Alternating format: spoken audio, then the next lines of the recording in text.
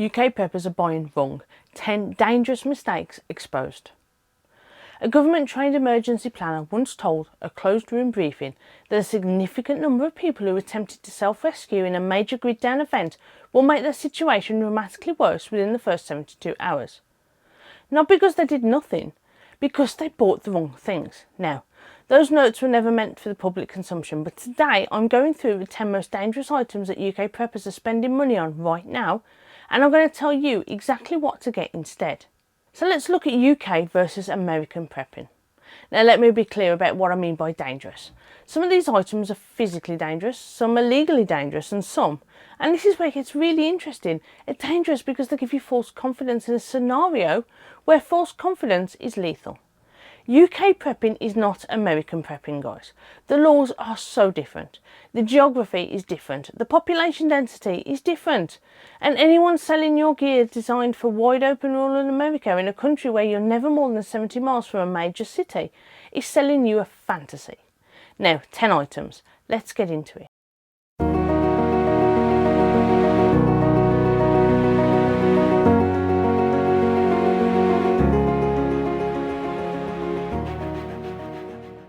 Item number 1, tactical plate carriers and military style vests. So your tactical plate carriers and your military style chest rigs. Now, I completely understand the instinct. You've watched the videos, you've seen the kit, and you think if things go wrong, I want to be armoured up.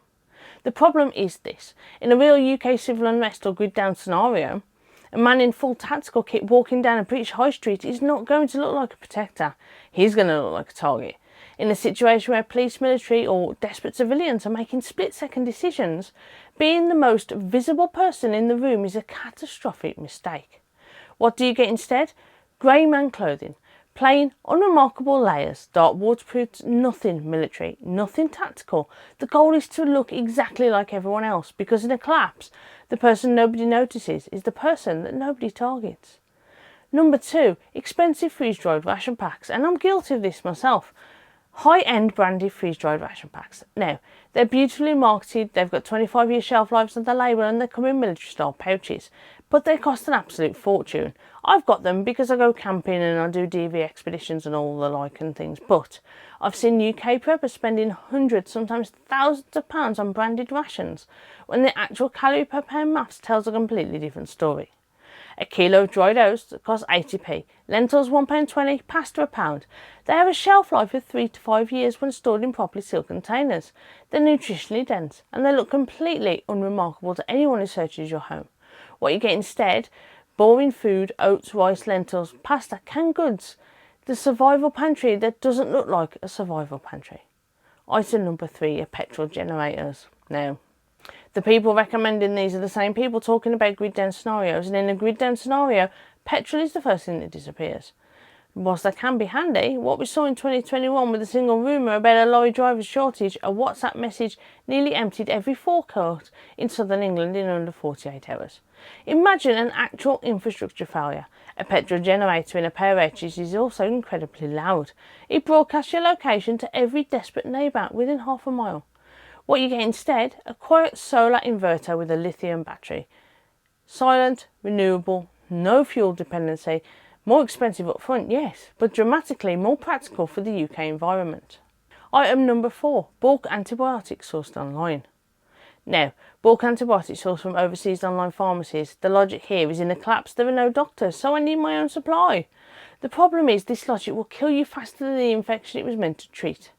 Antibiotics require accurate diagnosis. Take the wrong one for the wrong infection doesn't just fail, it can cause life-threatening reactions and destroy your gut microbiome.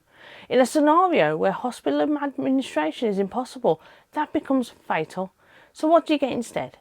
You get a serious first aid kit and wound care kit, antiseptics, suture strips, quality bandaging, and right now today, while the NHS still functions, have a conversation with your GP about a travel medicine kit. They can legitimately prescribe a short antibiotic course for general travel emergencies, legal, correctly prescribed, and considerably safer by every measure. Then item number 5, unlicensed high power radios. Now, in the UK, Ofcom strictly regulates radio transmission. PMR 446 radios, your standard walkie-talkie, are legal at 0.5 watts with a fixed antenna, yeah? Go above that, transmit on restricted frequencies or modify the antenna and you're in violation of the Wireless Telegraphy Act. Pre-collapse, that's a fine. Post-collapse, when emergency services scan a frequency for threats, that is something else entirely. What you get instead, a quality hand-cranked DAB emergency radio for receiving broadcasts, plus legal PMR 446 radios for local comms. And if you want real range, get a Foundation Amateur licence. A weekend course is around £25 and it gives you legal access to a vast, more capable communications network. Next, item 6, illegal self-defence weapons. This one is important, guys. Illegal self-defence items, fixed blade knives over 3 inches carried in public, locked blade knives in public, and items marked as tactical defence tools that are in fact prohibited weapons under the Criminal Justice Act 1988. Now, a significant number of people watching this know someone who carries something they shouldn't. This is the UK, it is not America. There is no equivalent of the Second Amendment here, and in a post-collapse environment, being found with prohibited weapons by law enforcement or military patrols doesn't just remove your weapon, it removes you from your family. What you get instead, a legal folding blade under 3 inches, a quality personal alarm, a robust walking pole. Learn to use what's legal and learn to use it well. Item 7 then is next, and that's gold and silver bullion as a primary emergency currency. Now, I've talked about silver and gold on this channel before, and I want to be very precise here. I'm not saying don't own any, I'm saying this. In the immediate aftermath of a real societal disruption, nobody's weighing silver rounds at Tesco. With documented evidence from every modern collapse scenario, Venezuela, Argentina, the Greek financial crisis, shows that the first true emergency currency is always consumables. Cigarettes, alcohol, batteries, medicine, seeds, fuel. These are what people trade in the first 6 to 12 months of disruption. Gold and silver become relevant later on, yeah? When some stability is returning. What you get instead, a diversified barter stock, unopened spirits, tobacco, paracetamol, lighters, AA batteries, small, storable and with immediate real world post-collapse value. Item number 8 then is cheap, unrated water filters.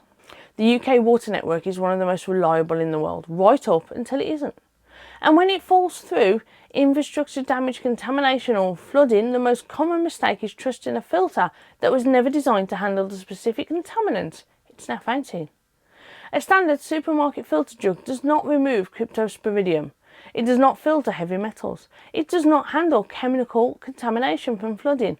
What you get instead, a soil squeeze or a live straw mission, both NSF weighted, both tested to military standards. More expensive up front, yes, but in a real contamination event, the difference is your life.